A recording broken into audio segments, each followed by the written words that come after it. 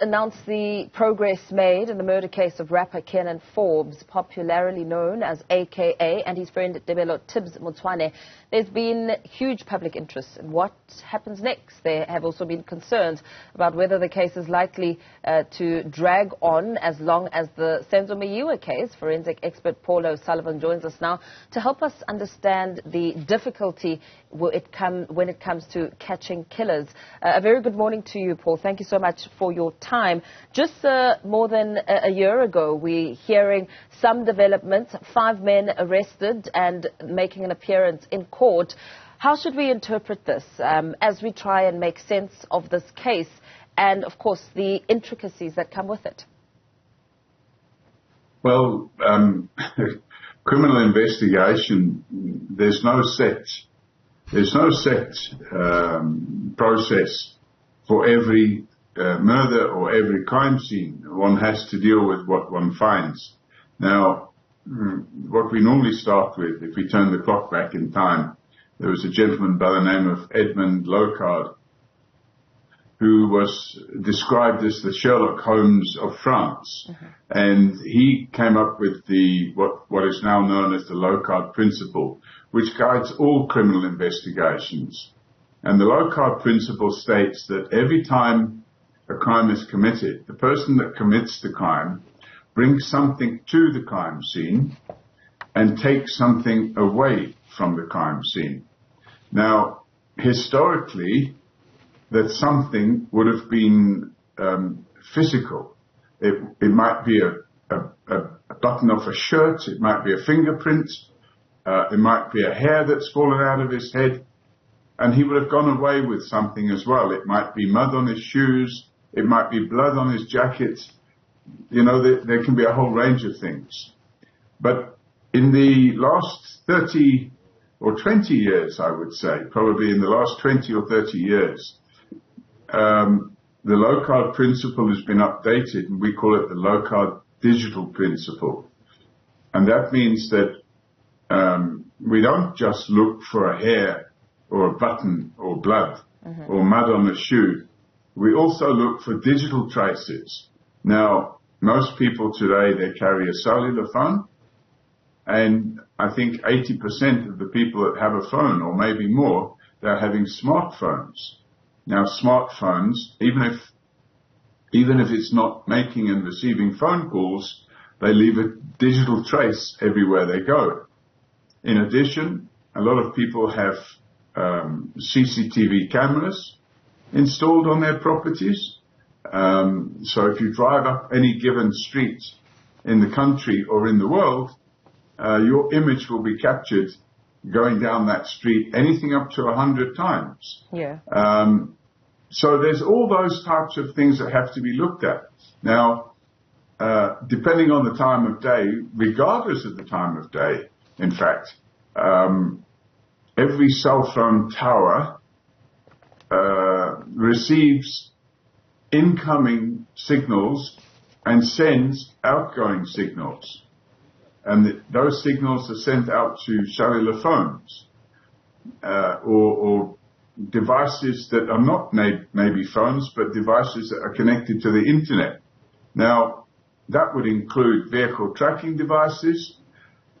Some motor vehicles automatically talk to cell phone towers for the purpose of generating data for the manufacturer of the car. The most notable motor vehicles would be Mercedes, BMW, Land Rover. But now it's becoming more prevalent that nearly all modern motor vehicles, not necessarily the entry market levels, but most of the modern vehicles of a suitable standard, they are fitted with GSM devices, and they regularly talking to the manufacturers of the vehicle so that the manufacturer of the vehicle can work out how best to improve the next line of vehicles they're making. Yeah. So with that in mind, I mean, you talk about the advanced technologies. What we did see was that there was CCTV footage of this attack when it happened. And, you know, it's all very well to have the technology, but does it now, you know, talk to why it's taken over a year to finally bring somebody to book, with those 5 men now appearing in court. Did it need to take that long? Was it important for it to take that long so that all the details can be established with the help of technology? Well, you see, unless you get what we call the smoking gun,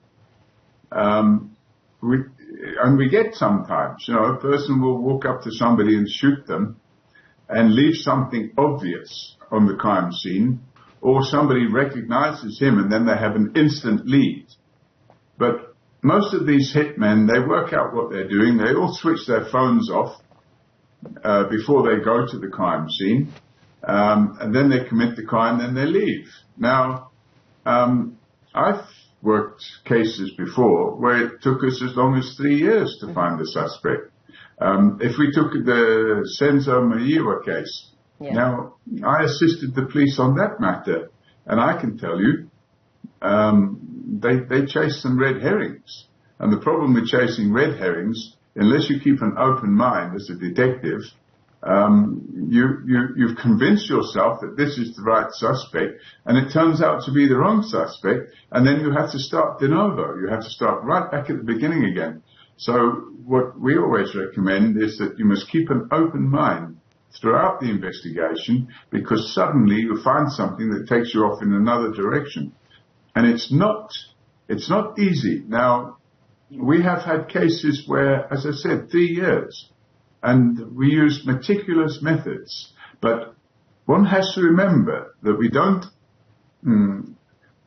arrest to investigate. The police don't do that, and it's not allowed. They have to investigate and then arrest. Yeah. Because if you arrest to investigate, and by the way, that happened in the Senzo Mayiwa case, there was a sudden arrest and everybody was saying, oh, well done, well done. Now that gentleman is suing the state for unlawful arrest because they picked the wrong guy. They followed the wrong lead and they jumped to conclusions. And if you jump the gun, you end up making the real perpetrator, he thinks, oh, well, that's great, they've got the wrong guy.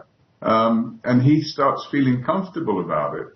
Now, what you also have to remember, just getting the people that do the shooting is one part, but you need to drill up. You need to get to the person that paid for the shooting to take place. Yes, and that's what Tony Forbes, a.k.a.'s father, has been talking about. He says this is only the beginning. The bottom of the pyramid will be important to establish, especially now that we know that 800,000 rand was put forward. How important will it be to follow the money trail? The problem with following money trails is you can only follow money trails if people use things like EFTs or checks, where bags of cash are handed over. It's not that easy to follow the money trail. Then you have to, unless you've got the serial numbers of the notes or something like that, which you don't have. So it's not that easy. But what we also have to remember, if we look at someone like Radovan Krejcir, now, I spent 6 years or 7 years investigating that man before he was caught and arrested.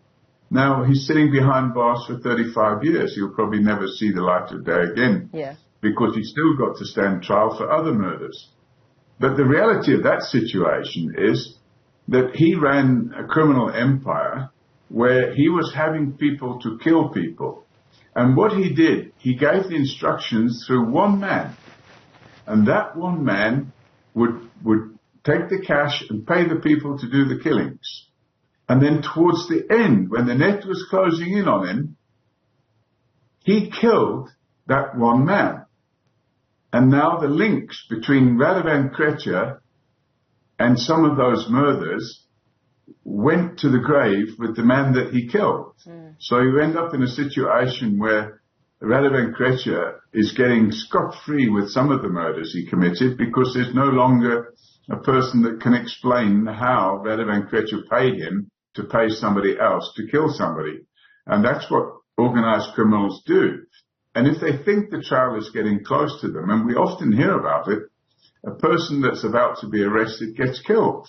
And then suddenly the trial is broken. The chain between the hitmen and the person that arranged it is now gone. And now you have to look for who killed that person, and you have to look for a new chain. And it's a new process all over again. So it can be very, very complicated.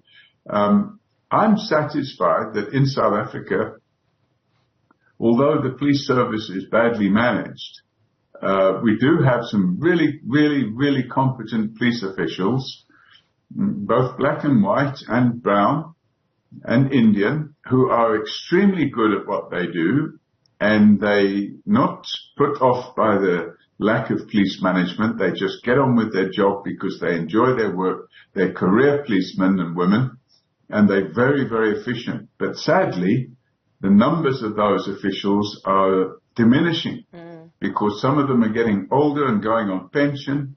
And but on the other side of the coin, we've got some young blood coming through from the training academies who are determined to do their job well.